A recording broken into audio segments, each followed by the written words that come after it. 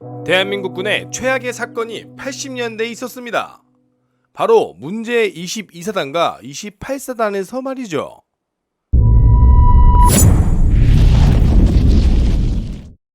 (1984년 6월 26일) 오전 10시경 강원도 동부전선에 위치한 22사단 56연대 4대대 GP에서 총소리와 수류탄 폭음이 들렸습니다. 당시 북한의 기습 공격으로 판단했으나 알고 보니 해당 GP 소속 상황병 조준희 일병이 내무반의 M16 소총을 난사해 함께 근무하는 GP 동료 12명을 사망케 하고, GP 앞에 흐르는 고성의 남강을 건너 북으로 도주, 조준희 일병을 추격하기 위해 사단 수색대가 투입되었는데 군사분계선 근처에서 지뢰를 밟아 3명이 사망하는 대형 사건이 발생하게 됩니다. 거기에 더 충격적인 것은 북한으로 월북을 성공해 북한 삐라의 주인공이 되었고, 북한의 열렬한 환영을 받아 기자회견과 환영 행사까지 하며 동료를 죽이고 북한에 간 조준희 일병은 귀순한 북한의 영웅이 되었습니다. 거기다 심지어 대남방송을 통해 동료들에게 목소리를 전했고, 당시 사단 병력들은 경계 근무를 설 때마다 치를 떨어야 했다고 전해집니다. 조준희 일병은 충북대학교 83학번으로 재학 중에 군에 입대한 것으로 알려졌는데요. 학생 시절 학생운동 가담자로 5공화국 시절 진행했던 녹화 사업에 의해 강제로 입대, 좌파적인 성향을 가지고 있었는데 군의 부조리와 선임들의 가혹행위를 참을 수 없어 총기를 난사하고 월북했다는 설이 있습니다.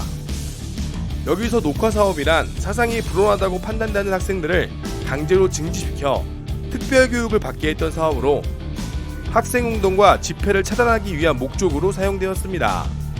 이 사건으로 인해 당시 사단장, 연대장, 대대장, 중대장, 소대장 모두 보직해임 당하게 됩니다. 그리고 약 1년 후 또 다른 문제의 사단 28사단에서는 1985년 2월 24일 사단의 직할부대 화학지원대에서 사고가 발생하게 됩니다. 병영 부조리와 가혹행위로 인해 박모 이병은 총기를 난사해 8명을 사망케 하고 4명에게 부상을 입혔는데요.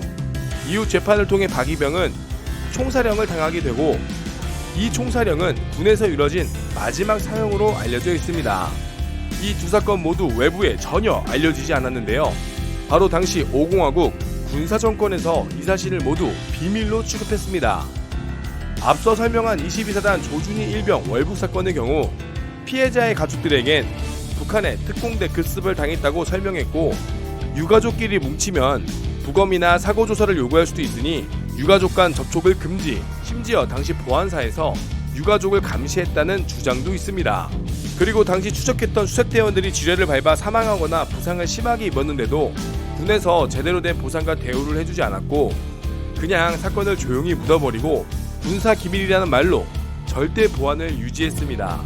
28사단 화학지원대 사건의 경우 유가족끼리 모여서 이야기할 것이 두려워 모든 사망자들의 병원을 갈라놓았고, 장례 또한 함께 치르지 못하게 했으며 유가족들에게 사건 현장을 보여주지도 않았고 3일 만에 신속하게 장례를 치르게 하는 등 당시 국방부는 조직적인 사건 축소 및 은폐를 했습니다. 역대 최악의 사건으로 불리는 22사단 조준희 일병 월북 사건과 28사단 화학지원대 총기 난사 사건, 다시는 이러한 사건이 절대로 일어나서는 안 되겠지만 제대로 된 사건 규명을 하지 않고 축소 은폐하여 살아남은 유가족과 피해자들을 또 한 번 죽이는 그러한 군이 되지 않기를 간절히 기원하겠습니다. 시청해주셔서 감사합니다.